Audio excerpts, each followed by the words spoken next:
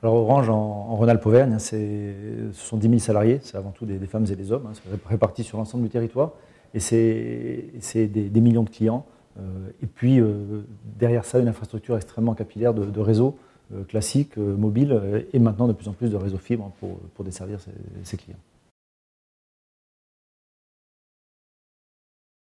C'est une organisation en mouvement et même accélérée, parce qu'on est dans un monde qui bouge de plus en plus vite.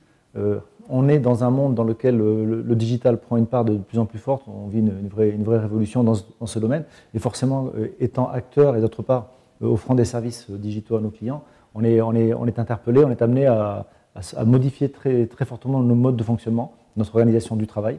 Et c'est vrai que c'est pour nous un challenge majeur actuellement.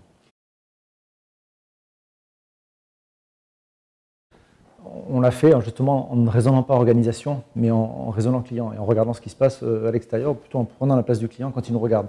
Et ça interpelle forcément sur les modes de fonctionnement plus traditionnels, plus taylorisés, plus industriels. Et du coup, on a été amené vraiment à horizontaliser nos modes de fonctionnement et à reconnecter nos équipes entre elles, de façon à ce que chacun puisse s'engager plus loin dans le service qu'il apporte au client, et surtout en prêtant attention à ses collègues, de façon à assurer une qualité bout en bout optimale. Il y a un exemple qui illustre assez bien finalement cette démarche, c'est ce qu'on appelle les LAN parties chez nous, c'est-à-dire en fait de réunir dans une même salle les acteurs de toute la chaîne du parcours client, du vendeur au technicien, en passant par les conseillers clients centre d'appel ou les conseillers réclamation, qui font leur travail habituel, mais tous dans la même salle et connectés sur le même réseau local.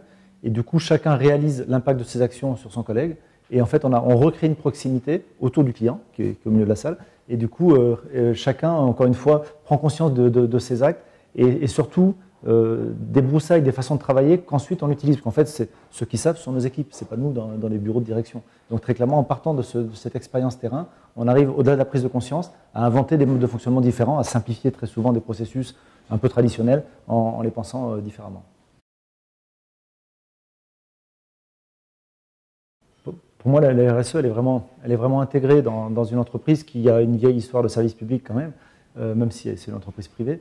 Et donc, que ce soit par notre impact, y compris économique, sur les territoires, que ce soit dans cette relation client et ce modèle d'entreprise qui crée plus de bonheur au travail finalement, c'est logique. Orange va aller vers ça. On va aller vraiment vers une entreprise plus fluide vers l'extérieur et plus fluide en interne, et qui mesurera et optimisera l'impact qu'elle a sur l'ensemble des écosystèmes, entre autres économiques, mais aussi typiquement, évidemment, sur l'environnement.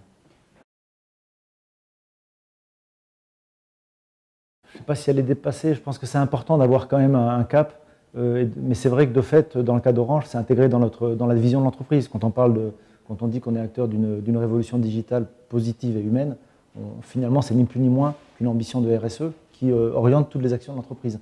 Donc c'est un peu partout, ce qui n'empêche pas dans une organisation d'avoir quelques personnes de temps en temps qui rappellent quand même, qui remettent en visibilité. Je crois qu'il ne faut pas opposer les choses, hein.